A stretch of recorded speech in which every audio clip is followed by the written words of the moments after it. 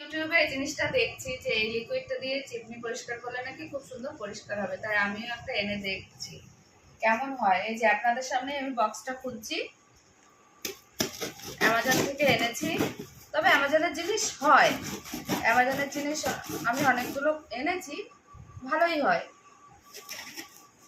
এইটা কেমন হবে আমি জানি না। আমি আগে একটা এনেছিলাম চায়না কোম্পানির ইয়ে দেখে, কিন্তু সেটা আমার হয়নি। সেটা ফ্লিপকার্ট থেকে নিয়েছিলাম। সেটা লিকুইড ছিল না, সেটা একটা বক্সের মধ্যে ছিল, তেমন একটা ইয়ে টাইপের, আঠা আঠা টাইপের। এটা লিকুইড।